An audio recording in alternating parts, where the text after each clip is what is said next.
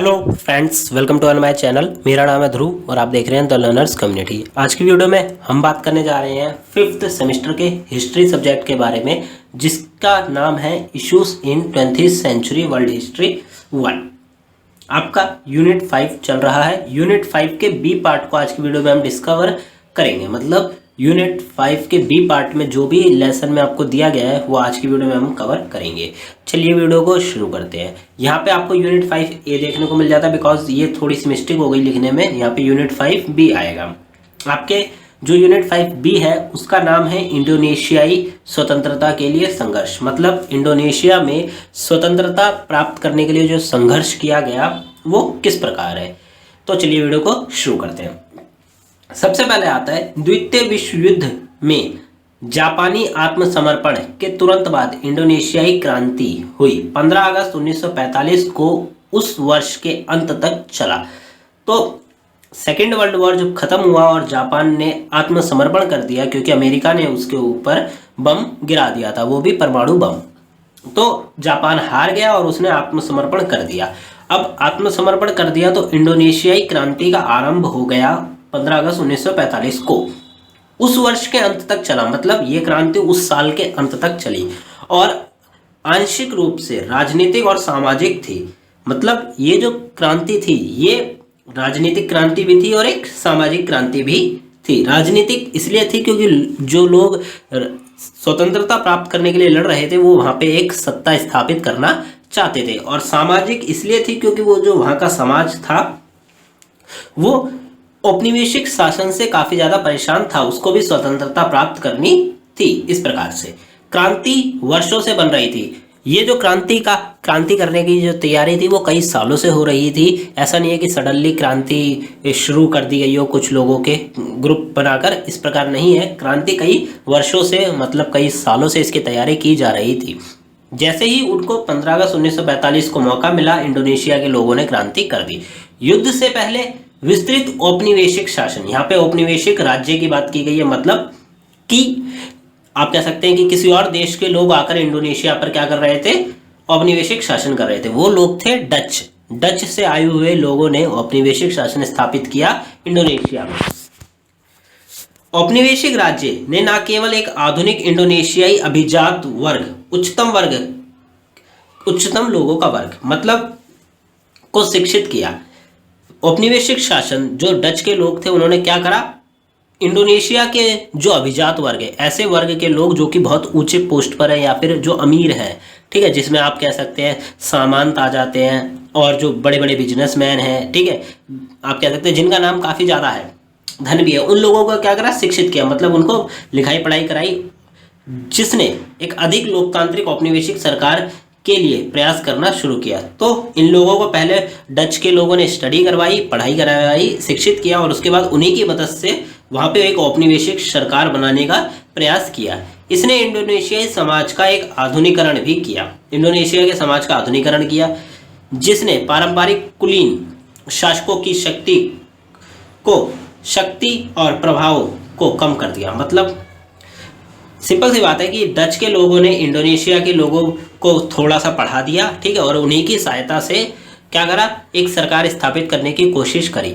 साथ में वो लोग, डच के लोग ये चाहते थे, औपनिवेशिक शासन वाले लोग ये चाहते थे कि जो पुराने शासक थे उनकी भी शक्ति पर प्रभाव पड़े और उनकी शक्ति कम हो जाए। तो इस प्रकार के काम अभिजात वर्ग के लोगों से ही करवाए गए, जो सबसे महत्वपूर्ण सहयोगी हुआ करते थे औपनिवेशिक शासन में। जब औपनिवेशिक शासन इंडोनेशिया में शुरुआत में आया था तो वो एक प्रकार से वो लोग क्यों आए थे, व्यापार करने के लिए। जिस उदाहरण के तौर पर कि भारत में जब ईस्ट इंडिया कंपनी आई तो वो लोग व्यापार करने आए थे, परंतु कुछ समय बाद उन्होंने क्या करा, पूरे भारत पर कब्जा कर लिया। सेम इसी प्रकार औपनिवेशिक शासन जो इंडोनेशिया में था वहाँ पे भी लोग आए थे व्यापार करने के लिए। तो वो क्या थे, सहयोगी थे औपनिवेशिक राज्य के। पुराने शासक काफ़ी बड़े सहयोगी थे उन लोगों के, डच के लोगों के, परंतु डच के लोगों ने उन्हें क्या करा, धोखा दिया और पूरा शासन अपने अंतर्गत ले लिया। अब आगे देखते हैं। हालांकि आधुनिक इंडोनेशियाई अभिजात वर्ग की इच्छाओं के जवाब में डच औपनिवेशिक सरकार ने केवल आधे अधूरे मन से कुछ अर्ध लोकतांत्रिक संस्थानों की शुरुआत करी और अपने पारंपरिक सहयोगों से चिपकी रही। तो गवर्नमेंट ने क्या करा, औपनिवेशिक शासन के लोगों ने क्या करा, कुछ लोकतांत्रिक काम कर दिए कि लोगों को लगे कि हाँ सरकार थोड़ा बहुत ठीक कर रही है, जनता के साथ इस प्रकार के काम करके अपनी पोस्ट के साथ चिपके रहे। इंडोनेशियाई राष्ट्रवादी आंदोलन के नेताओं को कुछ अपवादों के साथ द्वीप समूह में परिधीय स्थानों की एक छोटी संख्या में कैद या प्रतिबंधित कर दिया गया। औपनिवेशिक शासन के लोगों ने क्या करा कि इंडोनेशिया में वह लोग जो कि स्वतंत्रता के लिए लड़ रहे थे, राष्ट्रवाद के लिए लड़ रहे थे, उन लोगों को वहां से जबरदस्ती उठवा के, ठीक है, कहाँ ले गए, द्वीप समूह, किसी द्वीप पे ले गए और वहां पे एक छोटी सी जगह में कैद कर दिया या फिर प्रतिबंधित कर दिया।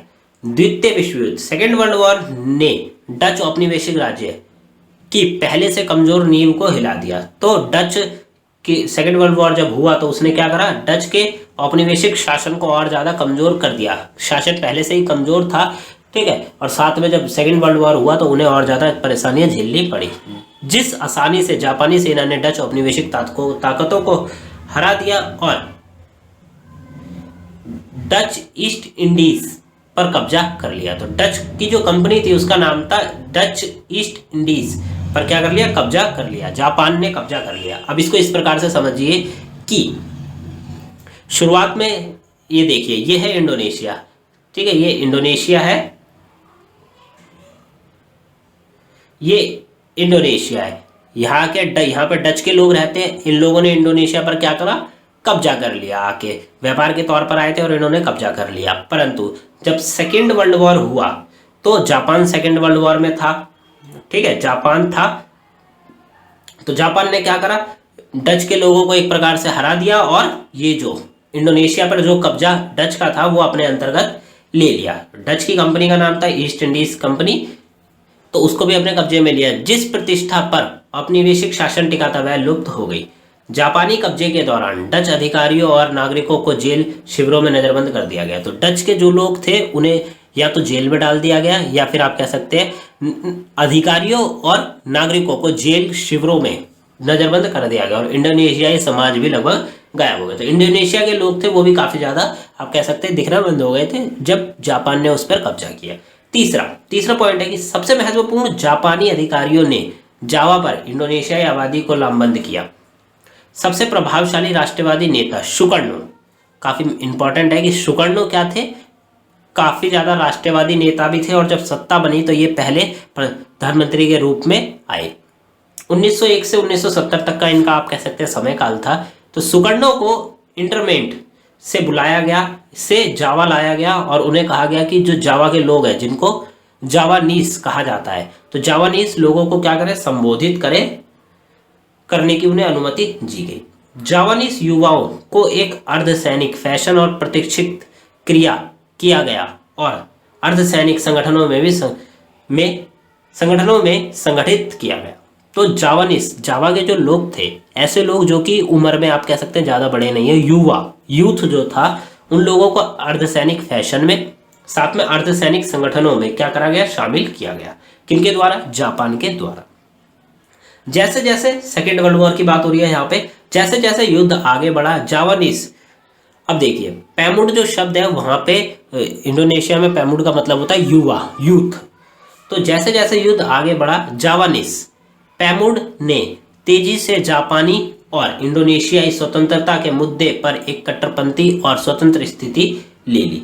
तो आप कह सकते हैं इंडोनेशिया के जावा के जो यूथ था, वहाँ की जो प्रजा थी जिसमें वो यूथ आप कह सकते हैं, ठीक है, उन लोगों ने क्या करा, एक कट्टरपंथी और स्वतंत्रता स्थिति ले ली। मतलब वो लोग चाहते थे कि अब हमें स्वतंत्रता मिले, इसके रूप में उन्होंने एक कट्टरपंथी गठन सा बनाया। जवाब में जापानी अधिकारियों ने इंडोनेशिया को स्वतंत्रता की डिग्री का एक वादा किया। तो जापान के लोगों ने क्या करा, जब जापान को दिखा कि अब जो जावा का जो यूथ है वो क्या कर रहा है, जापान के लिए परेशानियां खड़ी कर रहा है, तो उनको एक इंडोनेशिया के लोगों को स्वतंत्रता की डिग्री का एक वादा किया गया। उन्होंने एक कमेटी बैठाई जिसका नाम था बदन पेनजेलेडिक्स ओसाहा प्रसियापन कैमरेडे कैन, ये उसके नाम था। और आप कह सकते हैं उसको हिंदी में कहा जाता है कि आज़ादी की जांच करने की एक समिति। तो जापान ने एक समिति बनाई जिसको कहते हैं आज़ादी की जांच करने की एक समिति, जो कि मई 1945 में जकार्ता में पहली बार साथ में आए।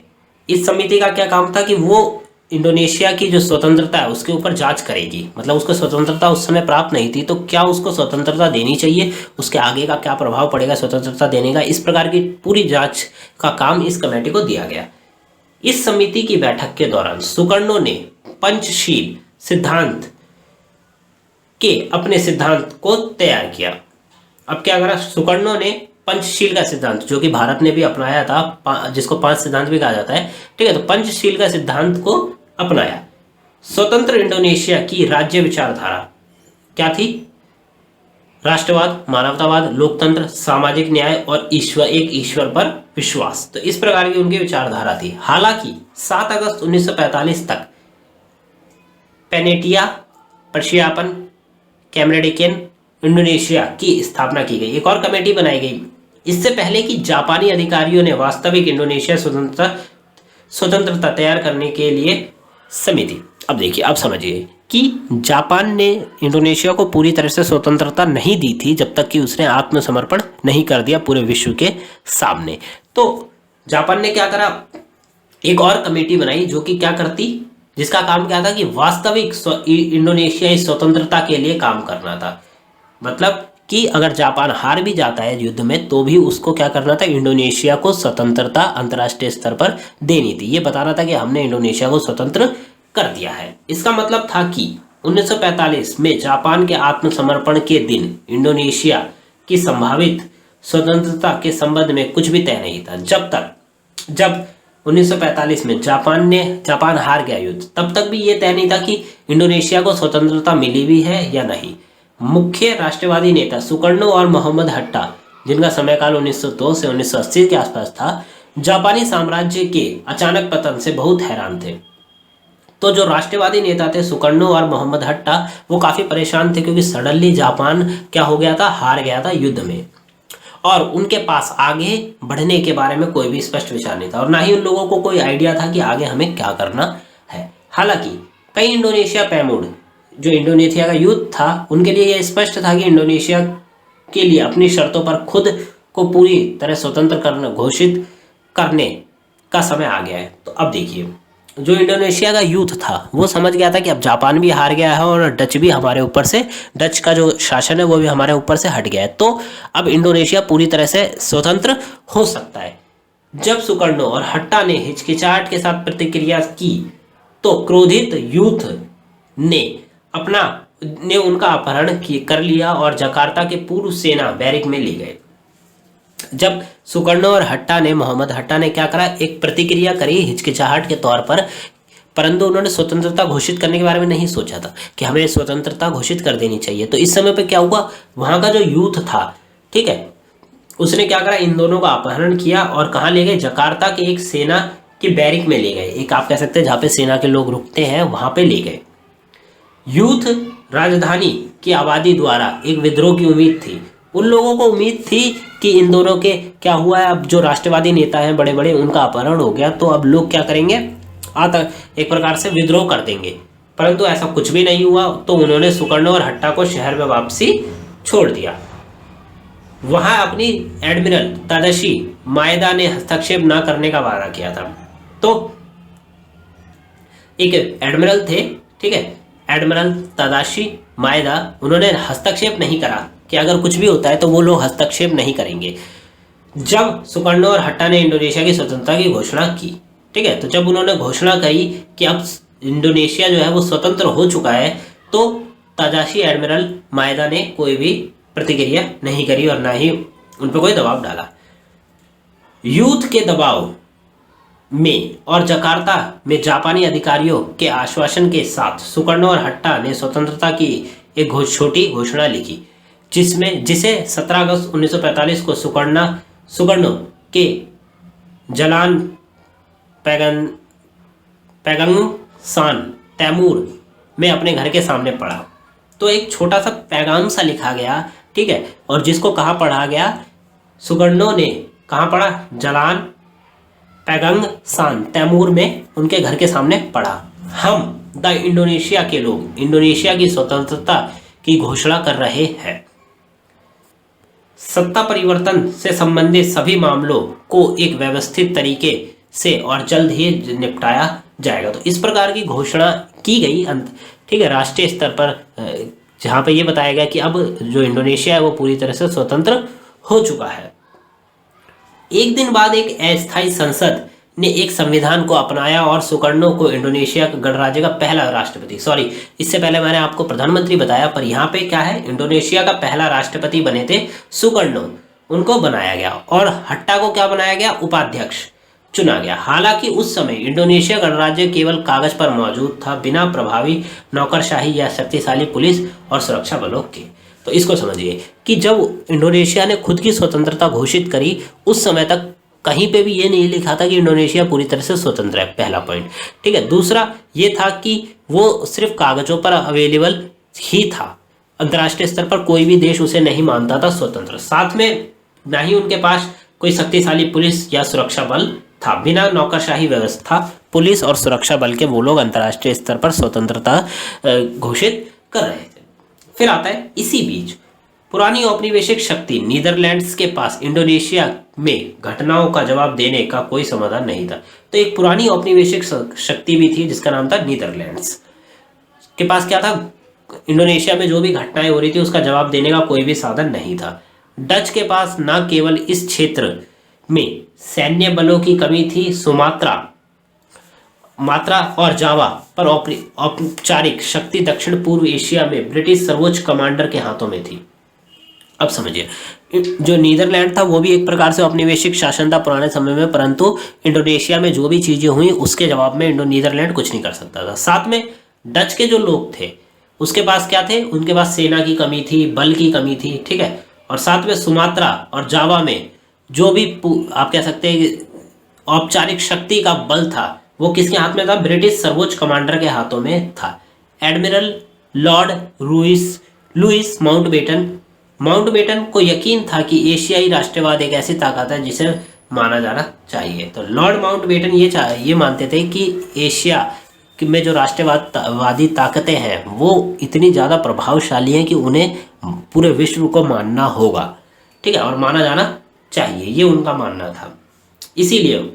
इसीलिए उन्होंने इंडोनेशियाई गणराज्य के लिए ग्रामीण इलाकों को छोड़ दिया और जापानी सेना को देश से बाहर ले जाने और कैद और नजरबंद यूरोपीय सैन्य और नागरिकों की मदद करने का उद्देश्य से तट के साथ कुछ महत्वपूर्ण शहरों में ही अपने सेना तैनात करी। तो उन लोगों ने क्या करा, ब्रिटिश के जो आप कह सकते बड़े लोग थे उन्होंने एक प्रकार से ये समझ लिया था कि अब इंडोनेशिया ने अपनी घोषणा कर दी है कि हम स्वतंत्र है, तो उन्होंने जो जिन इलाकों पे भी कब्जा कर रखा था वो इलाके खाली छोड़ दिए। साथ में जापान की सेना को देश के बाहर ले जाने का काम किया और लोगों की मदद करने के लिए अपनी सेना कई शहरों में तैनात करी। जैसे जैसे अगस्त आगे बढ़ा, इंडोनेशियाई लोगों के बीच बढ़ती क्रांति बुखार के कारण एक परियोजना अधिक से अधिक कठिन होती गई। अब देखिए कि जैसे जैसे क्रांति जो कि इंडोनेशिया में चल रही थी वो क्रांति समाप्त नहीं हुई थी, स्वतंत्रता प्राप्त होने के बाद भी वो क्रांति समाप्त नहीं हुई थी, ठीक है, तो क्रांति बढ़ती जा रही थी। जब Dutch lieutenant governor general H.J. When मूक 2 अक्टूबर 1945 को जकार्ता को जानते हुए बटाविया लौटे तो उन्होंने यह निष्कर्ष निकालना पड़ा कि डचों के लिए स्थिति उनकी अपेक्षा से काफी खराब हो गई है। अब एक व्यक्ति जिनका नाम था जो लेफ्टिनेंट गवर्नर थे, ठीक है, डच के जनरल H.J. वेन मूक, तो उन्होंने देखा जब वो वापसी आए जकार्ता से आए तो लौटे तो वहां पे उन्होंने देखा कि जो डच के लोगों की स्थिति है इंडोनेशिया में वो काफ़ी ज़्यादा खराब हो चुकी है, ठीक है, अब उनके पास और कोई साधन नहीं है शासन करने का। अक्टूबर की शुरुआत से इंडोनेशियाई क्रांति एक अराजक और खूनी मामला बन गया। अब जो क्रांति शांति से स्वतंत्रता के लिए चली थी, शुरू हुई थी, अब वो क्या बन गई थी, एक खूनी क्रांति बन गई थी। जापानियों के लापता होने, मित्र देशों की सेनाओं का आगमन और कुछ डचों को कैद या नजरबंद करके उनके घरों में लौटाने के परिणाम स्वरूप डच नागरिकों और संपत्तियों पर हमला हुआ। तो अब जो लोग क्रांति कर रहे थे उन्होंने जापानियों, आप कह सकते हैं कि जापानियों को भी लापता किया, मित्र देश जो थे उसकी सेना पर भी हमला किया इस प्रकार की, ठीक है, आगमन हुआ सेना का। साथ में डच को कैद या नजरबंद करके उनके घरों में लौटने के परिणाम स्वरूप डच नागरिकों की जो संपत्ति थी उस पर हमला किया। डच घरों की तलाशी ली गई और डच और इंडो यूरोपीय नागरिकों को सिया आप के तहत मार डाला। मतलब डच के जो लोग थे, डच इंडो या फिर डच यूरोपीय जो लोग थे, उनको मार दिया गया। इस अवधि में को बरसियाब के काल के रूप में जाना जाता है। ठीक है, तो ये वाला काफी क्वेश्चन है कि बरसियाब काल के रूप में किस उसको जाना जाता है। तो इसको आप इस प्रकार लिख सकते हैं, बड़ा बड़ा बनाकर। मेन मैं आपको बता देता हूं कि स्वतंत्रता की घोषणा के बाद जो क्रांति स्वतंत्रता के लिए जगी थी, अब वो क्रांति एक प्रकार से खूनी क्रांति हो गई थी। साथ में वो लोग, क्रांति के लोग जो थे, अब वो हिंसा पर उतर आए थे। वो लोग लोगों की जान ले रहे थे, उन्हें मार रहे थे। इस काल को क्या कहा जाता है? बरसियाब काल के रूप में जाना जाता है। डच के लिए स्थिति तब और भी कठिन हो गई जब 13 अक्टूबर को इंडोनेशियाई लोगों ने उनके खिलाफ आर्थिक बहिष्कार शुरू कर दिया। आर्थिक बहिष्कार मतलब डच के लोग जो यहाँ पे व्यापार करते थे उसका भी बहिष्कार होने लगा। हालांकि डच के लिए सबसे भयावह कट्टरपंथी पैमुड थे, मतलब जो यूथ था वहां का, वो सबसे ज्यादा भयानक था। जो सड़कों पर घूमते थे, महिलाओं के साथ बलात्कार करते थे और उनकी मर्जी से हत्या भी कर देते थे। ठीक है, तो वो लोग, जो यूथ था इंडोनेशिया का, वो रोड पे ऐसे घूमता था क्रांतिकारियों की तरह पे, महिलाओं का बलात्कार करना, उनका कत्ल कर देना, इस प्रकार की चीजें काफी आम हो गई थी। उन्होंने न केवल डच को बल्कि उन चीनी नागरिकों को भी निशाना बनाया जो डच विरोधी आर्थिक बहिष्कार में शामिल थे। ऐसे लोग, चाइना से आए ऐसे लोग जो कि डच का बहिष्कार कर रहे थे, उन लोगों को भी नहीं छोड़ा। इसके अलावा डच के साथ सहयोगी करने वाले इंडोनेशियाई लोगों पर भी हमला कर दिया, जैसे कि डच औपनिवेशिक सेना के एनबोनीज और मैंडोनीज सदस्यों पर भी हमला किया, जिसके परिणाम स्वरूप उनकी ओर से खूनी बदला लिया गया। यह ज्ञात नहीं है कि बरसियाब के काल में कितने लोगों की मृत्यु हुई। अनुमान से बताया जाता है कि 3500 मतलब 3500 डच लोग मारे गए थे। फिर आता है जवानीस ग्रामीण इलाकों में यूथ के क्रोध को अभिजात वर्ग के सदस्यों के खिलाफ निर्देशित किया गया। मतलब वह लोग जो कि औपनिवेशिक शासन की मदद कर रहे थे, कहाँ पे? इंडोनेशिया में फैलने में, जो कि अभिजात वर्ग था इंडोनेशिया का, उसको भी निशाना बनाया गया। जिन्होंने युद्ध से पहले डच औपनिवेशिक शासन के साथ सहयोग किया था, उन लोगों को भी निशाना बनाया गया। पश्चिमी जावा में एक क्रांतिकारी परिषद में सत्ता संभाली और पुराने अभिजात वर्ग को जेल में डाल दिया गया। तो जो पुराना अभिजात वर्ग था उसे जेल में डाल दिया गया।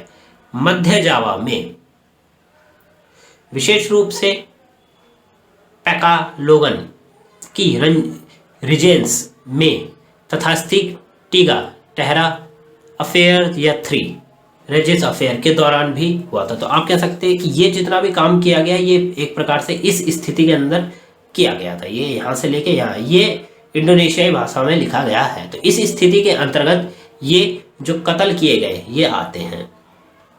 तो आपको इसको याद रखने की जरूरत नहीं, आप मेन ये याद रखिए कि कौन से बरसियाब काल किसे कहते हैं। ठीक है, उस काल के बाद जो क्रांति हुई वो काफी ज्यादा कठिन रही। तो इस प्रकार की बातें आप याद रखिए।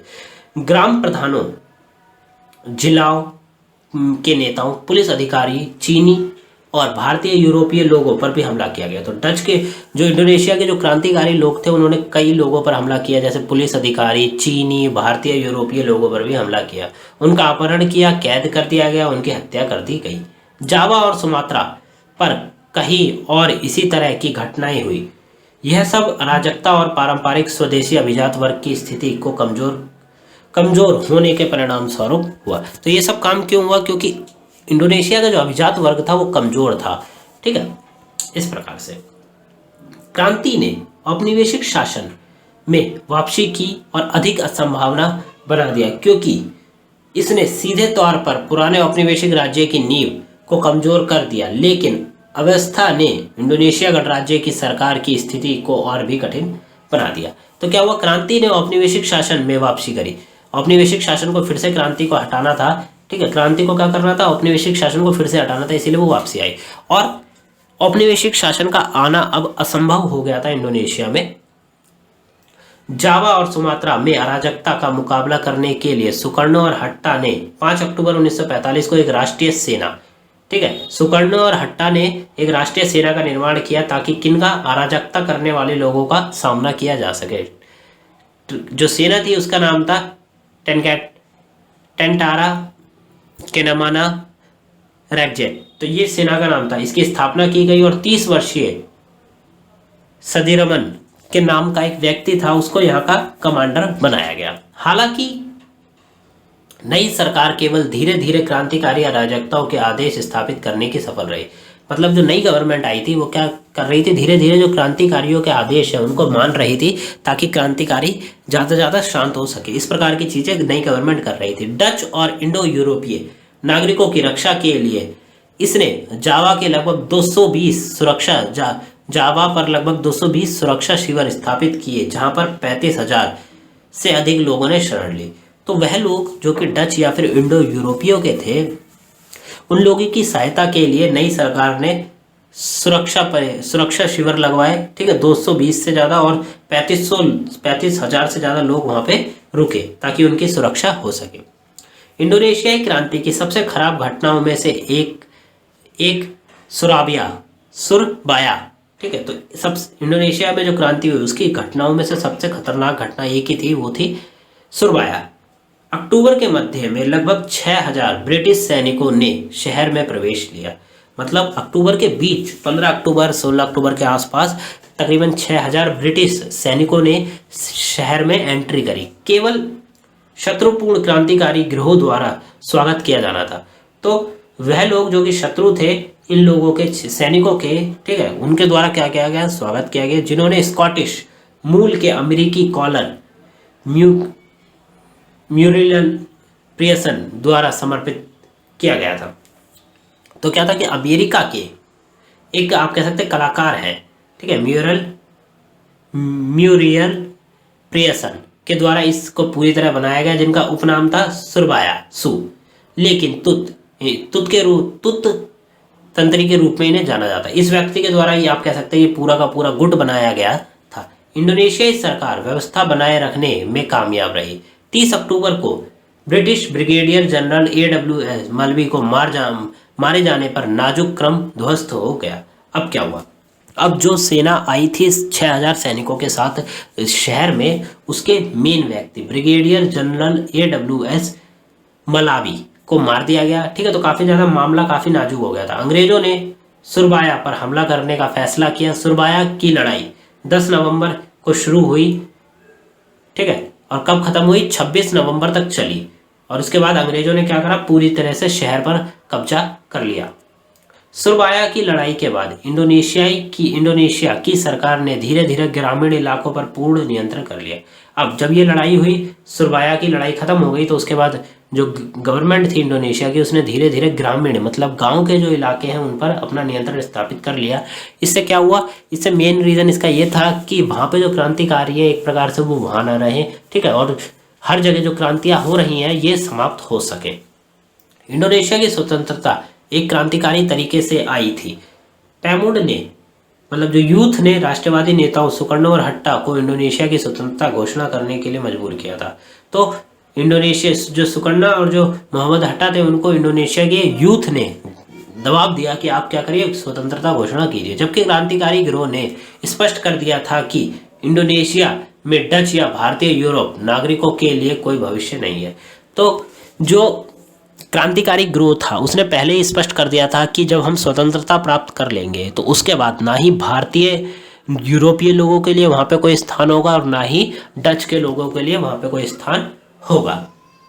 इंडोनेशियाई क्रांति का उद्देश्य उन पारंपरिक कुलीनों से भी था जिन्होंने डच पर सहयोग किया था, डच के साथ सहयोग किया था, ठीक है। तो इंडोनेशिया के जो क्रांति थी वो उन लोगों के खिलाफ भी थी जिन लोगों ने डच के या फिर आप कह सकते हो औपनिवेशिक शासन की सहायता करी थी, किस लिए कि वो इंडोनेशिया में फैल सके। समाज में उनकी स्थिति को कम करके आंका गया, जिससे औपनिवेशिक शासन में वापसी को संभालना और भी कम हो गया। हालांकि एक पूर्ण सामाजिक क्रांति कभी भी नहीं हुई। तो आप कह सकते हैं एक पूर्ण सामाजिक क्रांति, जो क्रांति होती है जिसमें शांति से सारी चीज़ें की जाती हैं, इस प्रकार की कोई भी क्रांति नहीं हुई थी, क्योंकि अंतर्राष्ट्रीय समर्थन हासिल करने के लिए इंडोनेशियाई गणराज्य की सरकार के हित में स्थिरता बहाल करना था। अब आगे देखें। इसके बाद के वर्षों में इंडोनेशियाई गणराज्य ने डच के खिलाफ कूटनीतिक और पेरजुआना की रणनीति को संयुक्त किया। डिप्लोमेसी के माध्यम से इंडोनेशिया पश्चिमी शक्तियों के लिए अधिक से अधिक स्वीकार्य हो गया। तो अब क्या हुआ, जब आप कह सकते हैं कई वर्षों बाद, जब आप कह सकते हैं कि स्थिति ठीक ठाक चल रही थी, उसी समय डच के लोगों के खिलाफ क्या है, कूटनीतिक को अपनाया गया, रणनीतियों को अपनाया गया और डिप्लोमेसी के माध्यम से क्या हुआ, इंडोनेशिया के जो आसपास के देश थे वो भी उसे स्वीकार करने लग गए थे, जिससे धीरे धीरे डच को अलग थलग कर दिया गया, जिन्होंने इंडोनेशिया स्वतंत्रता के साथ आने में अपनी विफलता का प्रदर्शन किया। जब डच संसद में मूल 1946 लिगगंडिज समझौते पर को खारिज कर दिया गया, जिसने इंडोनेशिया गणराज्य की सरकार और डच सरकार का प्रतिनिधित्व करने वाला एक आयोग डच इंडोनेशियाई संघ के माध्यम से नीदरलैंड्स से जुड़ा एक संप्रभु इंडोनेशियाई राज्य स्थापित करने में सहमति हुई। अब इसको समझिए कि 1946 में डच की संसद में आप कह सकते हैं कि एक लॉ पास करने के लिए एक आया, ठीक है, जिसके अंतर्गत क्या था कि डच की सरकार और इंडोनेशिया की जो सरकार है वो मिलकर एक संघ बनाएगी, वो डच इंडोनेशियाई संघ के नाम से जाना जाएगा। परंतु वहाँ की सरकार ने क्या करा, इसको खारिज कर दिया। हालांकि अधिकांश डच संसद और डच सरकार एक डच वर्चस्व वाले संप्रभु डच इंडोनेशियाई संघ की स्थापना करना चाहते थे। अब देखिए कि डच के लोग विश्व में दिखाने के लिए ये कहना चाहते थे कि हमने डच इंडोनेशियाई संगठन बनाया है, परंतु उस संगठन का पूरा काम यही होता कि वो इंडोनेशिया पर पूरी तरह से कब्जा कर लेते, ठीक है, और साथ में उस पर राज करते। तो डच सर्वोच्च, मतलब उस समझौते के अंदर जो डच देश है वो क्या होगा, सर्वोच्च होगा, सबसे ऊपर होगा, ठीक है। संप्रभु डच इंडोनेशियाई संघ की स्थापना करना था, जिसमें इंडोनेशिया गणराज्य की एक छोटी सी भूमिका निभाएगा, जबकि इंडोनेशिया गणराज्य तब तक समझौते करने के लिए तैयार था जब तक कि एक संप्रभु इंडोनेशिया राज्य स्थापित हो जाए, ठीक है। तो इंडोनेशिया के लोग तो चाहते थे, परंतु वहीं के संसद ने इसका मना कर दिया। डच ने द्वीप समूह में अपनी प्रमुख भूमिका को जारी रखने की मांग की। भविष्य के इन मौलिक रूप से भिन्न दृष्टिकोणों ने अनिवार्य रूप से सैन्य संघर्ष को भी नेतृत्व किया। तो जो कार्य उस समय हुआ उसने क्या करा, सैनिक नेतृत्व, मतलब सेना को भी एक प्रकार से बोधित किया। अंत में डच ने 2 सैन्य कार्रवाई में इंडोनेशिया गणराज्य को हराने की कोशिश करी, जिसके लिए इंडोनेशियाई सेना ने जवाबी कार्रवाई करी। गुरिल्ला युद्ध हुआ, जिसमें इंडोनेशिया पर नियंत्रण हासिल करने के लिए डच सेना को देश भर में बहुत कम फैलाया गया। सैन्य कार्रवाई ने संयुक्त राष्ट्र के हस्तक्षेप को भी नेतृत्व किया। अब तो डच ने क्या करा, 2 प्रकार की सैन्य कार्रवाई करी थी ताकि वो किसको, इंडोनेशिया को अपने अंतर्गत वापसी ले सके। पहला गुरिल्ला युद्ध हुआ, ठीक है, और दूसरे में आप कह सकते हैं संयुक्त राष्ट्र का भी हस्तक्षेप उस युद्ध में रहा, जिसने नीदरलैंड्स और इंडोनेशियाई गणराज्य के बीच वार्ता की सुविधा के लिए एक विशेष संयुक्त राज्य अमेरिका की अगुवाई वाली समिति को इंडोनेशिया भेजा। अब संयुक्त राज्य अमेरिका द्वारा एक समिति बनाई गई और उसको कहाँ भेजा गया, इंडोनेशिया भेजा गया। 1948 में मीडियन में इंडोनेशिया गणराज्य के भीतर एक पूर्ण सामाजिक क्रांति शुरू करने के लिए साम्यवादी नेतृत्व वाला प्रयास हुआ। इंडोनेशिया की सरकार ने इस विद्रोह को शीघ्रता से दबा दिया। अब देखिए कि इंडोनेशिया में 1948 में क्या हुआ, एक और क्रांति शुरू हुआ, सामाजिक क्रांति शुरू हो रही थी, जो कि क्या कर रही थी, साम्यवादी व्यवस्था को नेतृत्व में कर रही थी। मतलब साम्यवादी व्यवस्था इंडोनेशिया में फैल रही थी, तो वहाँ की गवर्नमेंट ने फटाफट इस चीज़ को बंद करवा दिया। विद्रोह से पहले संयुक्त राज्य अमेरिका कामोबेश तटस्थ बन गया, लेकिन इंडोनेशिया की सरकार को साम्यवाद के खिलाफ बलपूर्वक काम करते हुए देखकर अमेरिकी सरकार ने डच पर दबाव डाला कि इंडोनेशिया गणराज्य के खिलाफ अपनी लड़ाई छोड़ दे। तो जब अमेरिका ने देखा कि इंडोनेशिया की सरकार ही नहीं चाहती कि वहाँ पे साम्यवादी शासन फैले, तो उसने जब अमेरिका को पता चला कि साम्यवादी शासन वहाँ पे बंद करवा दिया गया है, तो जल्द से जल्द अमेरिका ने डच पे दबाव डाला कि ये जो युद्ध आप इंडोनेशिया से कर रहे हो इसको बंद कर दो और लड़ाई से हट जाओ। अंत में डच ने 27 दिसंबर 1949 को इंडोनेशिया को स्वतंत्रता की घोषित कर दी। डच संसद के रूढ़िवादी सदस्यों को खुश करने के लिए, जिससे 2/4 बहुमत से संप्रभुता का हस्तांतरण पर सहमत होना पड़ा। तो दो तिहाई क्या मिली, बहुमत मिली स्वतंत्रता के तौर पर। किसको, इंडोनेशिया को। इरियान जाया समझौते में शामिल नहीं किया गया, लेकिन 1962 तक एक डच औपनिवेशिक राज्य बना रहा। मतलब डच क्या रहा, 1962 एक औपनिवेशिक क्या बना रहा, देश बना रहा। इंडोनेशियाई क्रांति ने इंडोनेशिया को स्वतंत्रता दिलवाई, लेकिन सामाजिक क्रांति के बिना अधिक कट्टरपंथी राष्ट्रवादियों की ने कल्पना की थी। शीत युद्ध की शुरुआती वर्षों में क्रांतिकारी परिणाम प्राप्त करने के लिए ऐसी क्रांतियों से बचना बेहतर था। तो इस प्रकार इंडोनेशिया को क्या मिली, क्रांति मिली। तो ये काफ़ी ज़्यादा पैराग्राफ टाइप का है। अगर आप इसको 1 से 2 बार पढ़ेंगे तो आपको जो स्टोरी लाइन है वो आपको पता चल जाएगी। वहाँ पे अगर कोई भी क्वेश्चन आता है तो आप इसको पॉइंट बाय पॉइंट बना के लिख सकते हैं। अगर आपको कुछ समझ नहीं आया तो वीडियो को आप 1 से 2 बार जरूर देखिए, जिससे कि आपको अच्छे से समझ आ जाए। अगर आपको लगता है कि कोई पॉइंट छूट गया है तो आप हमें जरूर कमेंट करके बताएं, हम उसके बारे में जरूर डिस्कशन करेंगे। नेक्स्ट वीडियो जल्दी आएगी हमारे चैनल पर, तो इसके लिए आप हमारे चैनल को जरूर सब्सक्राइब करिए। इसके नोट्स भी आपको जल्दी हमारे वेबसाइट पे देखने को मिलेंगे, तो वहाँ पे आप स्टडी कर सकते हैं। वीडियो अच्छी लगी तो प्लीज़ वीडियो को लाइक करें, चैनल को सब्सक्राइब करें, जितना हो सके वीडियो को शेयर करें। मिलते हैं अगली वीडियो में। Thanks for visiting on my channel guys.